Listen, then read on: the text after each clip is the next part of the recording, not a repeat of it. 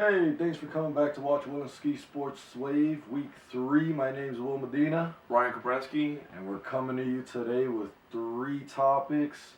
First, we got Kareem Hunt. Everything that's going on in Kansas City. Are they still a Super Bowl contender? Second, we have the Steelers-Chargers matchup going on tomorrow night on Monday Night Football. And then we're going to come to you last with the college football playoffs. Who's in at number 4 for us and who's winning the national title. Let's jump right in. Kareem Hunt. It's an unfortunate scenario, man. It really is. But you know what? I'm just still surprised. It took 9 months for this video to surface. I know.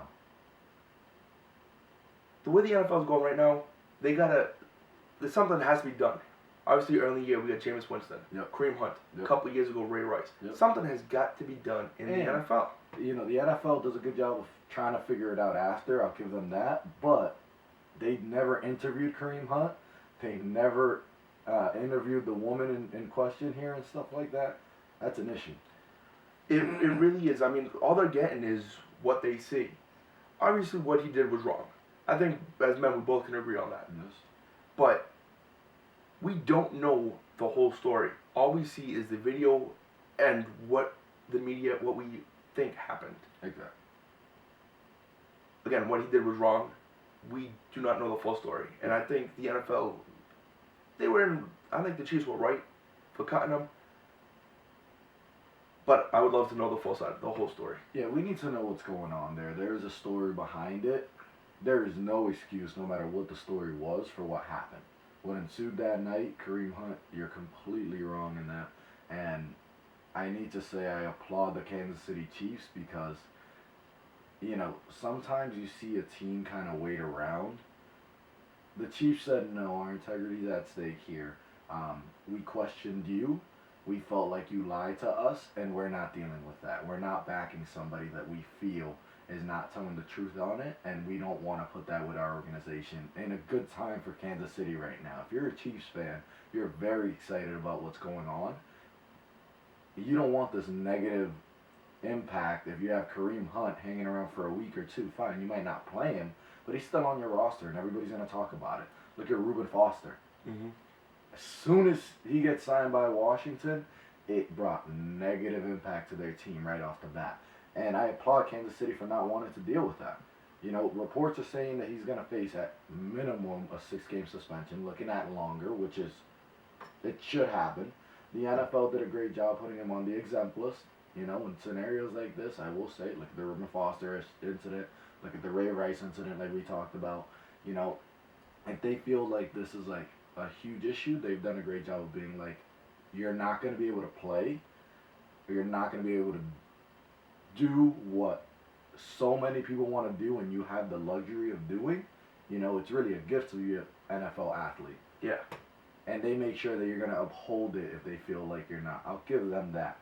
But this is just a really unfortunate event and for a great player. Oh, definitely. He last year was on fire, came out of nowhere, obviously taking the league by storm as a rookie. This year, again, on fire. Without as many touches. Like, no. He's not one of, he's a great back who is in a system. You know, most teams that have a great back, they get featured so heavily. Todd Gurley, Alvin Kamara. You know, these guys who are very good back. Le'Veon Bell. You see these guys touch the ball so much. In Kansas City, anybody gets the ball any day. It doesn't matter. And to see what he's doing stat-wise with that, I 100% agree with you. Guy's a beast. Guy's a beast. I think that when you think about it, you know, let's jump off the unfortunate scenario and let's kind of jump into, do you still see, I know we both had Kansas City making the AFC Championship game. Mm-hmm. Do you still see him getting to that point? I do not. Kareem Hunt, obviously he's a great player. He's not the whole offense, as we know. However, he was a key part of it. I think he's accounted for 14 of the touchdowns this year. Team touchdowns. But that's 14 touchdowns nonetheless. They still got to face the Chargers and Seahawks.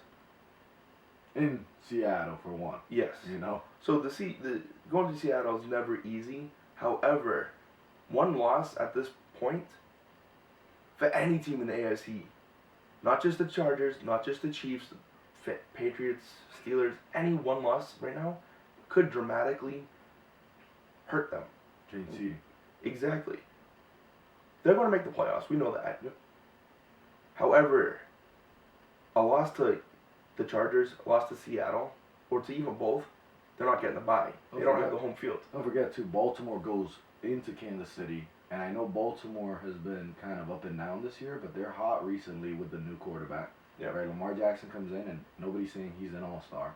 But the offense looks inspired, and that defense is very strong, as we've known this year. They can come out and play.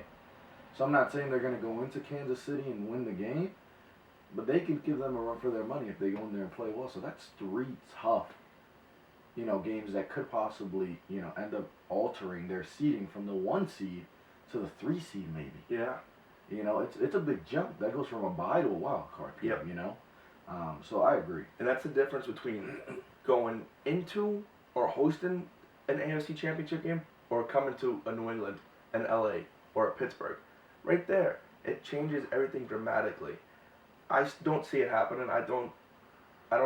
They're going to get the wild card. I don't think they're going to get the divisional. They might squeak by in the wild card, but whoever they play in the divisional, they're going to lose. See, I still have them going to the AFC Championship game, but here's why. I understand. Kareem Hunt has 7 receiving touchdowns, 7 rushing touchdowns on the year. He's accounted for 824 yards on the season, which is an average of 4.6 yards a carry. That's fine. He has 378 receiving yards. Great. Spencer Ware, who's coming in behind him, he's not a Kareem Hunt. He's not. And I don't think he's going to come in like Pittsburgh and be a James Conner, No. But I said it at the beginning of the year, or I said it a couple weeks ago when you and me talked. A healthy Justin Houston and a healthy Eric Berry. Tyreek Hill stays healthy.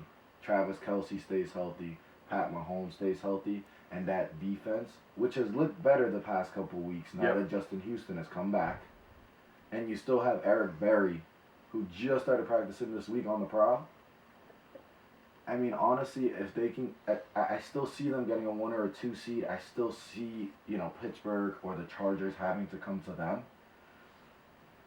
And I just don't see if that defense is getting stronger with the pass rush and Eric Berry being able to do what he does and that type of thing, and that offense still has unbelievable firepower. I still see them making the AFC Championship game. I think that the run game is going to be important if you get to the AFC Championship game or if you end up in the Super Bowl. But I don't see a team going into Kansas City and beating them if Barry and Houston are there to make that defense that much better. Because then you lose Kareem Hunt. I understand that's a loss on the offensive side, but that offense is still more high-powered than 95% of the offenses in the league. And now their defense, which was the suspect part, might be able to give you a key stop against Phillip Rivers, against a Ben Roethlisberger, against a Tom Brady, if that's the case. Mm-hmm. And it's hard to overcome a team like that. Yeah, but I think what we're overlooking the most here is the locker room effect that this all has. At the end of the day, this is a distraction. How big is this distraction in that locker room? That's what it's coming down to. That's what I think where if this is going to affect anything, it's going to be in there. Statistically, Rise, you're 100% right. That offense is too high-powered. But next thing you know, it's oh my God, we're missing Hunt. What would he have done? How this would have altered? It's going to be very interesting to see how the rest of the season plays out and what this distraction causes. Yeah. See, I think there's a little bit of kind of. He's such a big part of their team, what he can do in the blocking game, the passing game, the running game. He's a hurt. Don't get me wrong. It's gonna be tougher to get through without him. But I think they made such a quick move, and this is where I got to applaud Kansas City. Like I said, they said right away, we're not doing this. We are too good this year. We have legitimate chances to do something. We're going to move on, next man up. There's no questioning. Like, that same day when this all came out, the offense knew that there was going to be a new running back there and that he was no longer going to be part of the team because Kansas City did it so quickly. And so I think with that, you get all right, we're back to business. I understand he's not here, but there's no lingering like the Le'Veon Bell, and we saw the impact that had for a while on the Steelers. It's when there's that lingering thought in that locker room, what's going to be happening, that you see a lot more turmoil and a lot more struggle. And I personally think that since Kansas City did it so quick, it was kind of like, whoa, what's going? Oh, all right, hey, back to work. So I'll be honest, I could see it going your way as well, though. That's just you can't judge an NFL locker room. You don't know who's in there, who the leaders are, how they're gonna handle it. But I mean, I think if there's one way to overcome it quickly, I think Kansas City did the right way. Yeah, it's not a guarantee, but yeah, just to touch up on what you just mentioned about James Conner and Le'Veon Bell. Yeah. That locker room completely changed. Oh yeah. Le'Veon Bell never gave the offensive line credit. Never did anything with that offense, like to celebrate them. Yeah. James Conner, you know what he did for his first career touchdown? He ran over to offensive lineman and hugged him. Yeah. That locker room completely turned around, and I think James Conner is a leader in that locker room. Yes, sir. I mean, we'll see what happens. The AFC is definitely getting a lot more interesting right now. Mm-hmm. The wild cards are looking interesting. Baltimore's getting hot. They're fighting for a spot all of a sudden. The AFC is fun to watch, and it should be interesting where this goes. It really should be. It's going to be a fun couple weeks. Yes, sir. All right, so let's move on. We'll jump from the Kansas City Chiefs over in the AFC West to another team chasing them down, the LA Chargers. They're in Pittsburgh tomorrow night for Monday Night Football. All eyes on that game. What do we got? I got the Chargers. Philip Rivers is having another great year, underrated year. As always. Gordon is having a great year. That defense, nobody giving that defense credit. But, look, you said it a couple weeks ago, that they were your underrated team. This is why they're proving it. 11 interceptions in 11 games. That's an average of, obviously, one a game. That's not even including fumbles. That's one interception. Yeah. Roethlisberger already has 12 interceptions this year. That defense is going to be the key to the game. Both offenses, we saw Pittsburgh go off a couple weeks ago against Carolina, put up 52. They can score. However, Chargers defense is the real deal. Obviously, Carolina's got Kuechly, but I'm telling you right now, the Chargers defense is going to pick them off at least once, maybe twice. Could be. Philip Rivers is going to have another great game. All eyes on him. You know he's hungry. He's going to want to prove to everybody that he's finally a Hall of Famer and he's the real deal. Tomorrow night, the best time to do it for him. You think about it too. It's like, do the Chargers smell blood in the water? All right, Kansas City has this issue going on. If there is some turmoil in that locker room, like we were just talking about, this is the opportunity. Go catch them. They're only one game behind them. They're only one game out. Go catch them. And you control your own destiny. You win these games. You go into Kansas City, and you beat Kansas City. You hold yourself. They lose another game. You guys are even in the tiebreaker. Like, you're in that scenario. You've already lost to Kansas City, fine.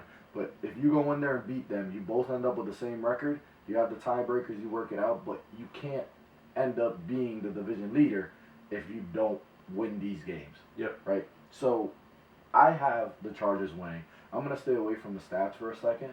I'm just going to jump into what's going on in Pittsburgh right now. I keep saying it. We keep talking about turmoil. We keep bringing it up for other locker rooms and stuff like that. You have Ben Roethlisberger saying that Antonio Brown ran the wrong route in an immediate press conference after, and then again 2 days later in an interview. You want to talk about turmoil? That team's been dealing with it all year, and great. They've found a way to win the game, lead their division, things of that sort. But things don't look good in Pittsburgh. Ben Roethlisberger calling out your best receiver, arguably the best receiver in the game, because you didn't see the lineman getting blocked back. Even if he didn't get blocked back, you were still going to get picked off because Roby was sitting there waiting for you to throw a duck. Mm-hmm. It was embarrassing for Ben Roethlisberger. He's a Hall of Fame quarterback, I understand. But he is one selfish guy, in my opinion. Every time something happens, Antonio Brown ran the wrong route. The offensive coordinator didn't listen to me. I wanted to throw the ball to Juju Smith-Schuster 4 times in a row. In New England last year, he wanted to spike it. The coordinator told him no. You're a quarterback to the Pittsburgh Steelers, one of the best franchises in NFL history. I need you to be a little more accountable as a Super Bowl champion. As a guy that a lot of people consider, during his career, one of the best quarterbacks in the league. Mm-hmm. There's a lot going on in Pittsburgh right now. The Chargers are rolling. They're coming down. They control their own destiny. I think they smell blood in the water with what's going on in Kansas City. They're getting stronger with Bosa and everybody coming back. I got the Chargers going into Pittsburgh winning. This week is crucial. And if you think about it, going back to week 1 for the Steelers, a tie with the Browns is literally costing them half a game. If you take away that tie and you give them that win, the both teams are sitting at 8-3. Both teams are right on pace to be a division to take a bye. A tie with the Browns. This wrap your mind around that for a second. Obviously, the Browns are better than what they have been in the past couple years. Yes. But still, a tie with the Browns to start the season is why you're in an unfortunate spot. Yeah. I mean, the Browns, I said it before the year, I said the Browns will win 4 games. They've gone 1-30 whatever in the past 3 years, but you see the moves that they made, and you could look at that team and be like, that team's not going to be an 0 for team anymore. Mm-hmm. Right? That team's not going to be a 1-win team. They're making steps in the right direction, and you could see them when you look at their schedule. There was a couple games that you could be like, okay, the Jets.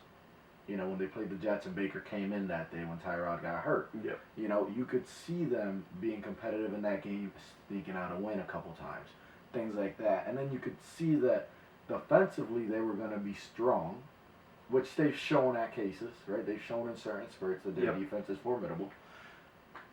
And if the offense could just somehow find a way to manage, you don't have to go out there and put out a shootout because you're not trying to win a Super Bowl this year, right? You're trying to build blocks. And if they could come and be the team that could manage the offense and have a formidable defense, that they could come away with 4 wins on the year, Yeah. And they've shown that. But week one in Pittsburgh, it just goes to show you, like, how much was Le'Veon Bell affecting them at that time? Yeah. All this controversy. Is he coming back? Is he not? All this stuff. You have Big Ben. You have James Conner, who's been very good this year. You have Antonio Brown. You have Juju Smith-Schuster. Like, I understand how big Le'Veon Bell was a part of your team, but week 1 at home against the Cleveland Browns, we both said they've gotten better, but it shouldn't have been a tie. No. And if you think about that game, if Tyrod Taylor does not miss the receiver going up the sideline, the Browns probably kick a field goal in overtime to win that game. Yeah, What are we talking about? Now we're sitting there talking about what ifs. If they lost the Browns, We'd be here, as good as they've been recently. They had a bad loss to the Browns. We'd be in a totally different story, and we still look at them in a light because of that loss, which is, they've improved, but we still say we can look back at any point like we just did right now and be like, that's a tough mark on your schedule. Yeah. So I will say, though, like we were talking about turmoil, how much is this going to affect? We obviously saw how much the Le'Veon Bell affected in week 1. It's going to be interesting to see what this affects against a good team in the Chargers. Exactly. And real fast, I have to go into, I believe Mike Tomlin is a great head coach. I'm not saying he's a Belichick or these guys, but he is one of the better coaches in the league right now. His team is consistently in the playoff picture. Mm-hmm. I do feel like they've ended up short of what their expectations are when you look at their teams recently, but there just seems to be so much that we can talk about with him as the head coach when it comes to his team. A couple of years ago, you remember Antonio Brown recording in the locker room. At points, as great as a head coach as he is, and as much as we respect him as that, I feel at times there's just way too much negative stuff going on under his tenure as the head coach there. And this is just another instance of it. Yeah, and I'm right there with you. You know, could you ever imagine Brady going into a press conference and doing that? We talk about Aaron Rodgers all the time, how he goes in and throws people under the bus.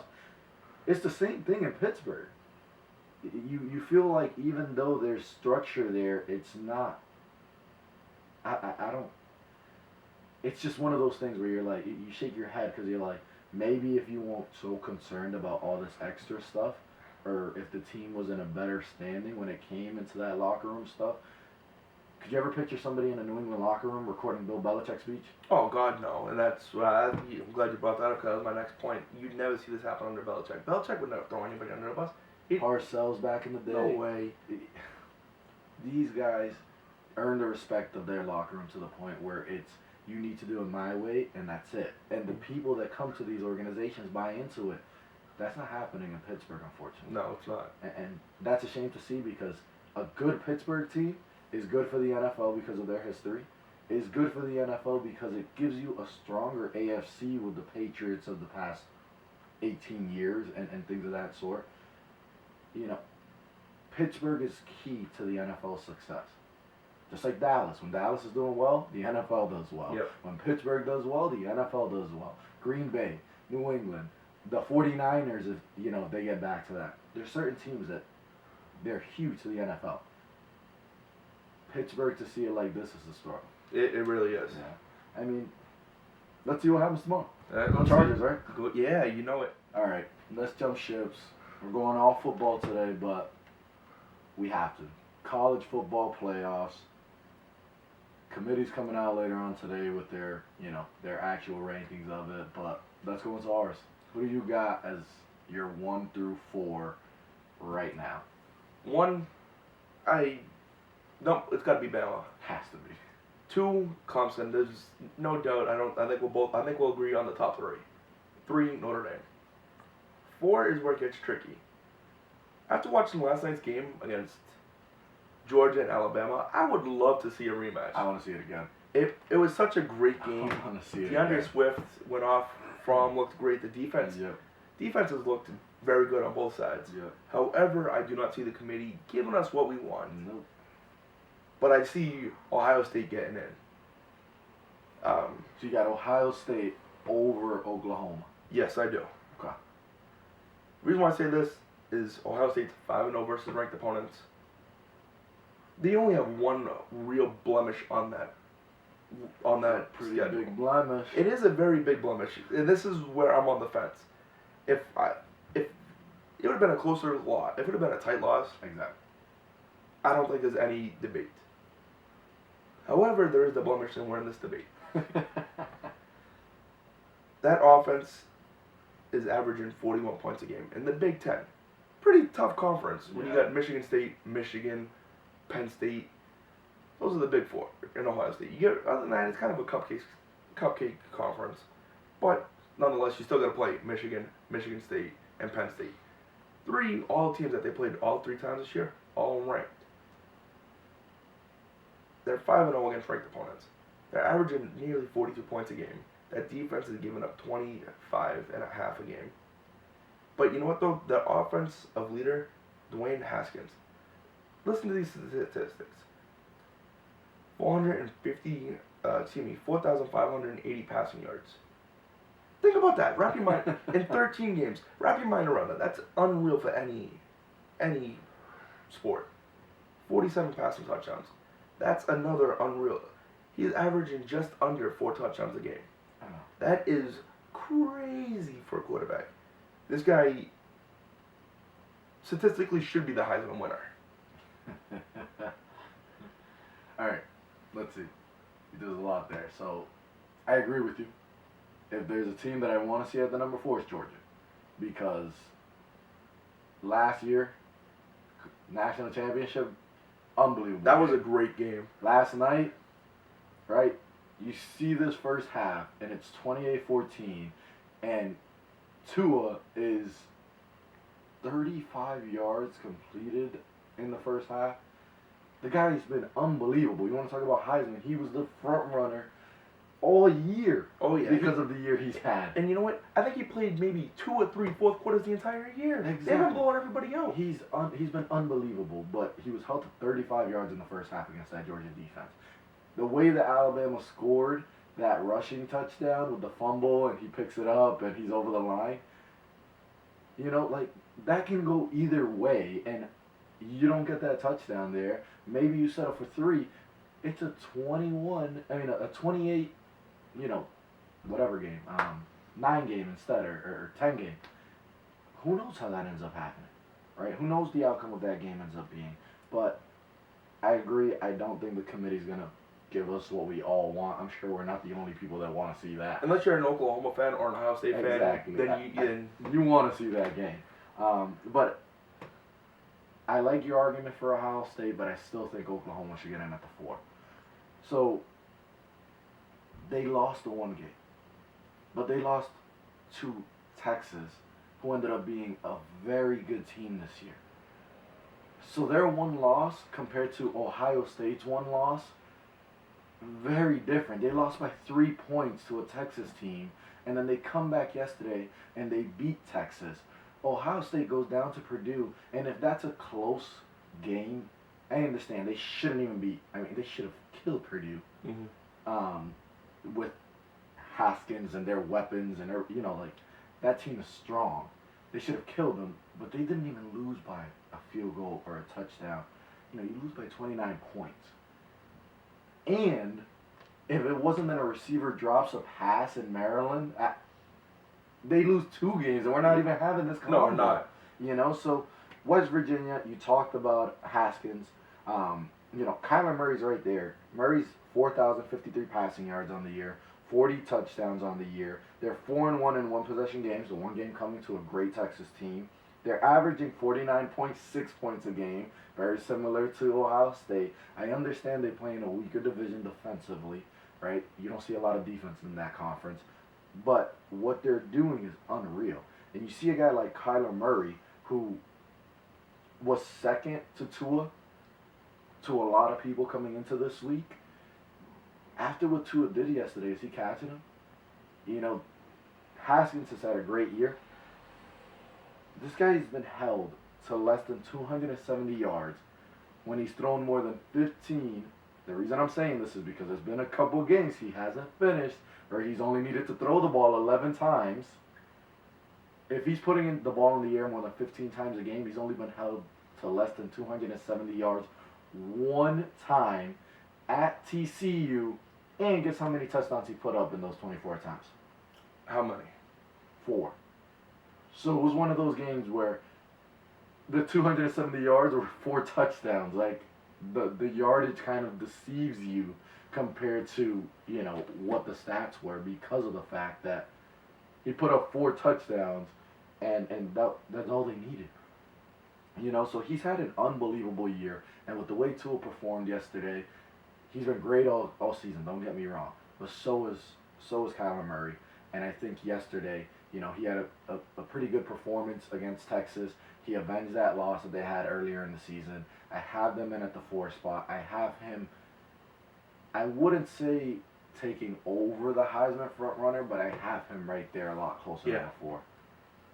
Okay. My question is for you. Who's going to give Alabama a better game?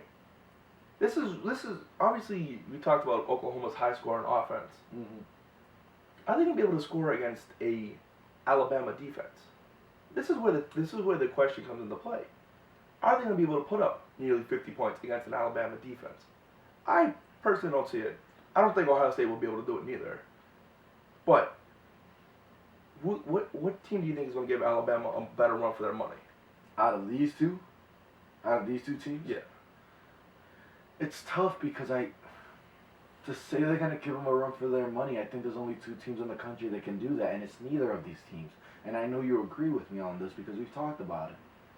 The only 2 teams I see that can give them a run for their money is Clemson and Georgia. And that's no disrespect to anybody else in the running. You know, Notre Dame has had an unbelievable year. Shout out to Justin Yoon and Milton Academy alone, right? I just don't see them I just don't see them giving them a run for their money if they're in at the 3. I don't see Oklahoma doing it. I don't see Ohio State doing it. And it's not to say anything more than Bama is just Bama right now. They've been this way for a long time, and it looks like they finally have quarterback play to match everything that's going on because they've never really had that in this time. Yeah. You know, so the only team that's been able to put any game plan together to stop this offense was yesterday with Georgia. They're the only team that somehow can find a way to put Tua in an uncomfortable spot. But then Jalen Hurts comes in, and you see what happens. Just like last year where Hurts played the entire game. They had a great game plan against him. It looks like they're going to squeak out a W in the championship game. And all of a sudden here comes Tua and takes over. You know what? If we have both these teams, I want to see UCF. I want to see undefeated UCF jump them both. And that way the UCF fans can finally say, "Oh, we're national champions." Give them a shot at the king at Alabama. Wait a second. I don't think they're going to be saying that. If they make it in, I think they're going to be pretty disappointed with the outcome of that game. Oh, you know what? I'm especially ready. with Milton being gone. I'm ready for that streak to be over and everybody to die down. Oh, it's unreal. I mean, they're losing to Memphis yesterday, and I'm there watching games with some friends of mine, and people are like, I'm so glad to see that they're finally losing. And they were actually upset when, they came back and won the game because, listen, unless you're going to go there, do you think last year's UCF team would have beat Bama or Georgia? Or let's add another one. They wouldn't have beat Clemson either. Oh, I understand. They had a great year last year. Don't get me wrong. They did. And, when you can go undefeated in the college level, at that level, you had a great year. But there are factors that play into a strength of schedule and things of that sort. And we're talking about which team would give Bama a better run for their money this year. Who wanted to watch UCF get slaughtered by Bama last year? Like, who wanted to be like, college football playoffs, Bama versus UCF tonight? Like, you were gonna be turning that game off in the second quarter. If it would have been worse than the freaking Alabama Notre Dame national championship of a couple years ago. But that game was over before it started. I don't want to see that. I know that you want. No, I just want to see that. I just want to see the final lose, and I think Alabama would give them a whooping. Honestly, I think you can't. The only team that makes 100% sense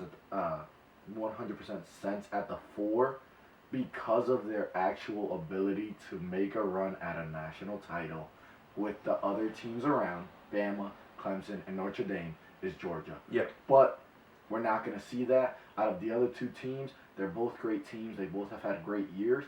I pick Oklahoma, but that's not... Ohio State's had an unbelievable year. Yeah. I understand that one blemish, and it was a big blemish. I think that when you look at the one blemish on each schedule, Oklahoma has the advantage. But then there are other aspects. We just talked about how UCF went undefeated last year, and I said, there's other aspects that go with that. Mm-hmm. Both teams have other aspects that go with it, Oklahoma and Ohio State. And it's going to come down to what does the committee truly, truly put priority on? Yeah. Is it the blemish? Strength of schedule? Is it, Ohio State has better defensive statistics relative to Oklahoma? What are they truly there like, okay, they're similar in schedule. Who's going to play the better semifinal versus a Bama or something? You know what I'm saying? Mm-hmm. So we're gonna see what the committee actually values in this case. I think because I think you could make a strong case for either one.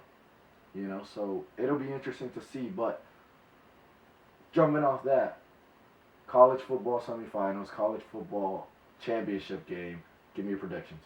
So obviously, whomever Bama's plays, Bama's gonna win, unless it's Georgia. Then, which we both agree that's not gonna be. Mm. But I got Alabama winning.